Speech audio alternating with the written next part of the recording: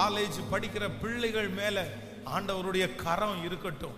அவங்க எதிர்காலத்தை குறித்து ஒன்னும் யோசிக்க வேண்டாம். ஏற்ற காலம் வரும்போது அந்த வழியை ஆண்டவர் திறப்பார். ஆமேன் சொல்லுங்கள். எதை குறிச்சும் எந்த நேரத்தில் எது நடக்கணுமோ அந்த நேரத்தில் அது நேர்த்தியாய் நடக்கும். நீங்க ஆண்டவர் மேல ஃபெய்த்தா விசுவாசமா இருங்க. ஆமேன். இந்த உலகத்துல நம்ம கொண்டு வந்ததும் ஒன்றும் இல்லை, நம்ம கொண்டு போறதும். சத்தமா சொல்லுங்க, ஒண்ணுமே கொடுக்கிறாரு. மகனே, இன்றைக்கு ஒரு அண்டர்ஸ்டாண்டிங் உனக்கு வரட்டும். இந்த உலகத்தை நீ நம்பாத, இந்த உலகத்தில் இருக்கிற மனுஷனை நம்பாத. அவங்க ஒரு நாள் மிதிக்க மாட்டாங்க.